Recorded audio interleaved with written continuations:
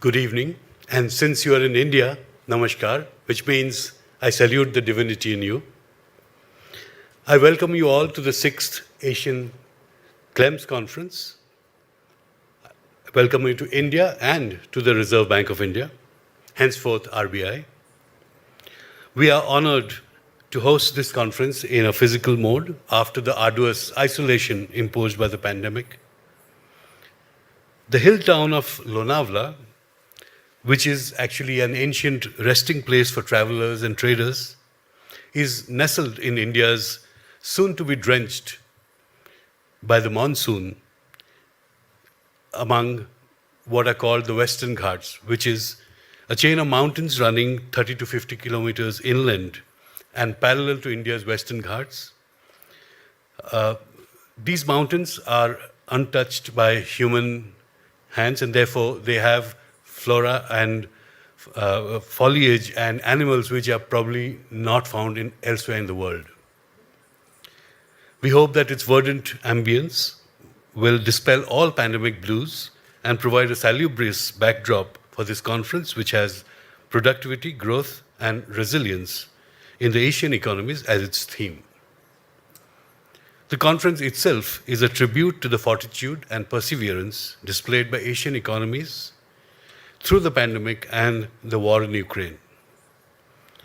Before I turn to the subject of my address today, I thought a journey down memory lane might perhaps be appropriate for this occasion.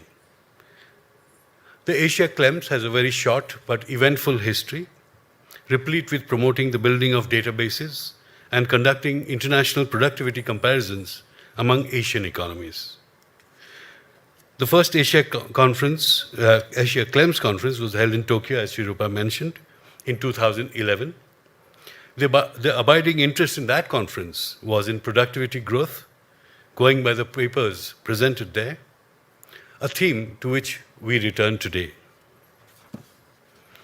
The next 4 conferences were held in Seoul, Taipei, Tokyo, and Beijing, in which attention diversified to setting up the KLEMS database and accounting framework, structural changes and sources of productivity growth, methodological issues and productivity gaps, growth and productivity, and the role of factors such as information and communication technology, or ICT, intangibles, trade, and labor markets. At the time of the 5th Asia KLEMS meeting in 2019, India was selected as the venue of the next conference. Unfortunately, COVID-related restrictions on international travel prevented the conference from being convened in 2021, but finally, the 6th Asia KLEMS conference is being held today. India KLEMS, which is a part of Asia KLEMS and of the larger World KLEMS initiative, aims to measure and analyze productivity growth in India by using the KLEMS framework. It started in 2009 with financial support from the RBI. From 2015, the India KLEMS project was nurtured at the Center for Development Economics, or CDE, the Delhi School of Economics, by Professor K.L. Krishna and his team, who have made remarkable and valuable contributions to the greater KLEMS initiative right from its inception. From 2022, the RBI is the home of India KLEMS and its database, which consists of inputs, which is KLEMS, output, which is gross value added, gross value of output, and total factor productivity, or TFP. And these estimates are available from 1980 to 2019-20. I measure these years on a financial year basis, which is from April to March. The next update of the database, with the incorporation of data for 2021, is scheduled for August 2023. Talking KLEMS to hardcore KLEMS practitioners is a formidable challenge, and I shall not venture where angels fear to tread. In the rest of my address, therefore, I will try to provide a user's perspective on how we read KLEMS data for policy purposes. So let me use KLEMS data to tease out some stylized trends. It is widely believed that a structural slowdown has been spreading across the global economy after growth peaked in 2010. About half of this slowdown can be attributed to demographic factors, such as aging population, slowing working age cohort increases, and declining labor force participation. Alongside, growth rates of investment and total factor productivity are declining. The engine of trade, which powered the global economy in the 80s and the 90s, has also weakened considerably. Gains from better education and health have been diminishing as improvements in education and health go a-begging for lack of investments worldwide. More recently, powerful forces have accentuated the global slowdown. They are the financial crises that have been recurring with disturbing intensity, the once-in-a-century pandemic, and the war in Ukraine, all of which have left lasting scars. Accordingly, the 2020s, which is 2022 to 30, may turn out to be another lost decade, preceded by the 10 lost years from 2010. It has been argued that the global potential growth rate, that is, the maximum growth rate that an economy can sustain at full employment and full capacity without igniting inflation, the speed limit of the economy, if you will. And this has fallen close to a full percentage points in 2011 to 21 relative to 2000 to 2010. These are the World Bank's estimates based on KLEMS data. The global slowdown has pulled down advanced economies and emerging and developing economies alike, but it has imposed a major setback on the latter, that is the EMDEs, pushing back their chances of catch-up or convergence. Consequently, the capacity to lift their populations out of poverty, to reduce inequality, and to achieve the aspirational goals of development is endangered, as well as their ability to harness the benefits of newer technologies stemming from green transition and the digital revolution. What is worrisome is that for EMDEs, all the drivers of growth, which are factor reallocations, human capital formation, the share of working age population, and investment growth, are all losing strength at the same time. This could stall the process of development which has been underway since the middle of the preceding century. Meanwhile, policy uncertainty at the global level has surged, and forces of deglobalization and trade and finance disintegration have gained ground, vitiating the environment in which EMDs sought to harness developmental opportunities and to manage their challenges. The World Bank estimates that for EMDEs, potential growth as defined earlier fell to 5% a year during 2011 to 21, from 6% a year during 2000 to 2010, and it will slow further to an average of 4% during 2022 to 30. In particular, investment growth is likely to be insufficient to reach pre-pandemic trends. In the view of the United Nations Conference on Trade and Development, or UNCTAD, greed for foreign direct investment in industry remains fragile, especially in developing countries. There is significant risk that the momentum of recovery in international investment will stall prematurely, hampering efforts to boost finance for sustainable development. Let me turn to Asia. The real GDP growth surge in East Asia, which includes the Pacific region, following the 1997-98 Asian financial crisis, lost steam during the period 2011 to 21 in a largely cyclical downturn. With the onset of the pandemic, there was a sharp fall in fixed capital investment and labor supply, both of which still remain below pre-pandemic levels. The weakening of human and physical capital will likely weigh on medium to long-term growth prospects of the region in an environment of reconfiguration of supply chains, elevated debt levels, tighter financing conditions, and uncertainty relating to trade and technology transfer. Over the period 2022 to 30, the region's potential output growth is projected by the World Bank to slow to 4.6% a year from 6.2% a year in 2011 to 21. Falling TFP growth is estimated to account for about 3/5 of this slowdown, with the remaining 2/5 attributable equally to slowing labor supply growth and capital accumulation. Economic activity in South Asia rebounded strongly from the recession caused by the pandemic, when its large informal sector was hit hard by job and income losses. Output in the region is on track to grow by about 6% a year between 2022 and 2030, faster than the 2010s annual average of 5.5% and only moderately slower than growth in the 2000s.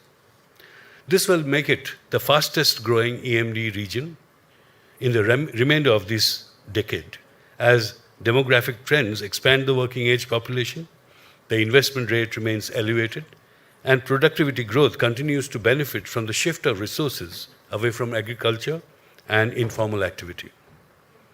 Although population growth is expected to moderate, labor force growth will be supported by stabilization of the participation rate after 2 decades of decline. South Asia's potential growth is projected to slow only marginally to 6.1% a year on average in the 2020s, from 6.2% a year in the 2010s. The forecast of potential output growth through 2030 is underpinned mainly by a projected recovery in TFP growth. In Central Asia, which overlaps with emerging Europe in the World Bank's analysis, the pandemic and the war in Ukraine have taken a grievous toll, reversing recent progress in raising living standards and leaving deep economic wounds among vulnerable populations. The region's output is estimated to have shrunk by 0.3% in 2022 and is expected to flatten in 2030. Weakened by erosion of labor productivity, muted investment, and scarred human capital. Potential output growth is projected to slow from an annual average of 3.6% per year over 2011 to 21 to 3% per year over 2022 to 30. In West Asia, which overlaps with North Africa in the World Bank's database, GDP growth has been uneven over the past 2 decades, slowing in the 2010s under the effect of political turmoil and military conflict. The World Bank estimates that potential growth halved between 2000s and 2010s, with the slowdown driven by broad-based deceleration in capital stock, in total factor productivity, and in working age populations. The pandemic has further damaged these drivers, with output contracting by 3.6% in 2020. A rebound in 2021 was insufficient to reverse the decline in output. Potential output growth is projected to remain lackluster, growing by about 2.5% a year during 2022 to 30. A reduction in the contribution of labor to potential growth is expected to be partly offset by an anemic improvement in TFP growth and stronger investment. Human capital accumulation is projected to slow owing to weaker growth in the working age population. So let me sum up these trends. Global growth was slowing even ahead of the pandemic relative to its performance up to the global financial crisis. This loss of speed was led by advanced economies, but emerging and developing market economies were pulled in by 2010, 2011. Only East and South Asia proved resilient and maintained historical growth trends. Even in these regions, the share of labor in output and its contribution by way of quality has fallen while capital accumulation has moderated. It is said that East and South Asia will become the world's center of gravity, and capital accumulation will continue to contribute more than half of GDP growth. The rest will have to come from productivity, and this is the subject to which I will turn shortly. So potential growth is weakening broadly across Asia, with all drivers slackening. East Asia is expected to be the EMD region with the sharpest decline in both aggregate and per capita potential growth during 2022 to 30, mainly reflecting slower capital accumulation and TFP growth. The second largest decline in potential growth is projected for Central Asia from the continued weakness in labor force growth. Potential growth is projected to rise in West Asia in 2022 to 30 as strengthening TFP growth offsets demographic headwinds to potential growth. This secular slowdown over the last decade and expectations of another slow decade ahead warrants a renewed exploration of the linkages between physical capital investment, improvements in human capital, and exploitation of technological advancements. In an environment in which populations across the world are either aging or declining, and investment rates are trapped in a long-term deceleration, including foreign direct investment, it is perhaps an opportune moment to focus on productivity growth as the means of arresting the downturn and charting a new trajectory of pushing outwards the growth possibility frontier.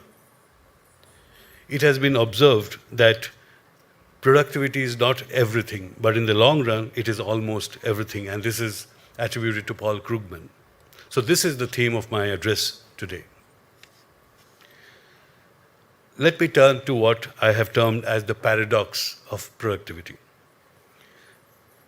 Globally, productivity growth has undergone a prolonged slowdown since 2010, after a brief recovery in the years immediately following the global financial crisis. This deceleration in TFP is more pronounced in EMDs than in their AE peers. India has also suffered a decline in TFP growth, although moderate relative to the global experience. The average TFP growth rate in India slowed from 1.3% during the period 2000 to 2007 to 1.2% during 2011 to 2019, as against the EMDE average of 0.2% and the global average of 0.1%. TFP growth accounted for about 20% of India's aggregate GDP growth during this period, coinciding with the contribution of both capital and labor declining. GDP growth in India has remained relatively resilient, averaging close to 7% during 2000 to 2022, with some ebbing of capital formation and employment growth in sync with the deceleration in TFP growth. For the period 2022 to 2030, the World Bank projects India's potential growth to reflect the outlook for South Asia. Underlying the general productivity slowdown are several confounding puzzles, at least from the policy practitioner's point of view. I will focus on a few important ones in the interest of time. First, the slackening of productivity is synchronized across jurisdictions, apparently impervious to differentials in levels of development, inherent heterogeneity in current country characteristics, and differences in policy responses. As the economist Alistair Dipp pointed out, in a factor modeling framework, TFP growth is shown to be one of the most important correlates of common developments in GDP growth. Second, this co-movement of TFP across geographies suggests it could be driven by common factors. In this context, it has been pointed out that cyclical factors, including changing factor utilization, accounted for a third of the slowdown in productivity in the post-global financial crisis period. This suggests that fluctuations in productivity are actually demand-driven, calling into question the received wisdom on the long-run neutrality of demand with respect to productivity. It also does not fit well with the observed long-run slowdown in productivity, which suggests that structural factors may be at work, whereas cyclical drivers are more short-run and reversible by definition. Third, the fall in productivity growth is coexisting with a slew of new technological developments such as cloud computing, big data analytics, robotics, fintech, and the digital revolution, to name a few. Once again, the solo paradox of the 70s and 80s. To quote him, "You can see the computer age everywhere, but in the productivity statistics seems to have come alive." Some proximate hypotheses compete for explanatory power in unraveling the productivity puzzle. First, there is the mismeasurement view, which seeks to obtain further refinements in the manner in which factor inputs and their quality are measured, so as to yield uncontaminated estimates of TFP. As Dale Jorgensen, a founding father of the KLEMS framework, used to emphasize, The lessons of decades of experience is that these parameters are highly sensitive to methods of measurement. There are also the output effects of adding newer inputs like digitalization to be considered. As the OECD has argued, digital technologies are transforming our economies and seem to offer a vast potential to enhance the productivity of firms. Second, it is argued that new technological developments are still in the installation stage, and hence they produce only localized gains in productivity. To quote a view in this context, a GPT, which is a general purpose technology, does not deliver productivity gains on arrival. Raising productivity will need a sufficiently large stock of the new capital and complementary business process changes involving human capital and organizational changes in investment decisions so that it is integrated into production in order to harness its benefits. For instance, it has been found that investments in IT yield substantial benefits, but over a gestation, which peaks after about 7 years after installation. Moreover, cutting-edge technologies remains uneven across countries and between firms. Nearly half of SMEs and about a third of large firms in emerging and developing Asia report difficulty in obtaining financing as the major impediment to technology adoption. Commensurately, aggregate R&D expenditures have slowed down in Asia and in the world at large. Other explanations of the productivity slowdown have also been offered in terms of the leapfrogging of many EMDs over the relatively productive and labor-absorbing manufacturing sector, right to the less productive services sector. Also, reasons have been attributed to trade and technology fragmentation, disruption in global value chains, and the possibility of dissipation of profits. That is, innovative firms displace lagging firms from the market, but without adding commensurately to output. Let me now conclude. Given that multiple factors could be at work, a multi-pronged approach woven into a comprehensive policy intervention is needed to reignite and sustain productivity growth. The policy response has to be powered by technological capital deepening, accompanied by long-term investment in research and development to nurture a competitive innovation ecosystem, skill development through sustained educational attainments and training, and building up the physical infrastructure. EMDs need to leverage the potential of the services sector to drive productivity growth. Investing in ICT infrastructure, securing reduction in trade costs, like those associated with shipping, logistics, and regulation, and supporting business-enabling reforms could help to engage the private sector in partnering in this endeavor.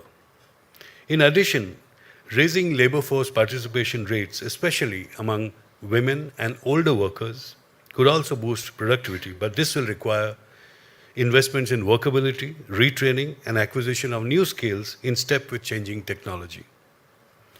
The OECD has cited digitalization as a key avenue for future productivity growth by harnessing the power to rapidly diffuse and replicate ideas, informational goods, and business processes at near zero marginal cost. Easing and expanding access to finance for small and medium enterprises can generate productivity bursts, especially in EMDs. Central bankers are stakeholders in this effort in view of the mandates of macroeconomic and financial stability. A deeper understanding of productivity trends is needed by them in order to judge the position of the economy on the business cycle, so as to fashion appropriate policy responses that ensure sustained non-inflationary economic growth. In turn, this will promote financial market confidence and enable the overall flow of finance in the economy. Against this backdrop, the theme of this conference is indeed timely and relevant. Your deliberations today and over the next few days will surely provide deeper insights into the structural drivers of productivity and factor accumulation that create the conditions for sustainable development.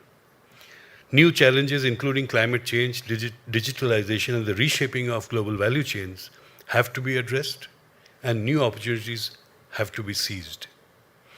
The conference brings together the best minds, experiences, and learnings on a subject of extremely topical importance.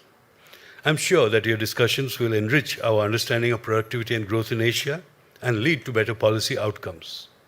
I thank you all for your participation and wish you success in crossing another milestone in the journey of Asia KLEMS. Thank you.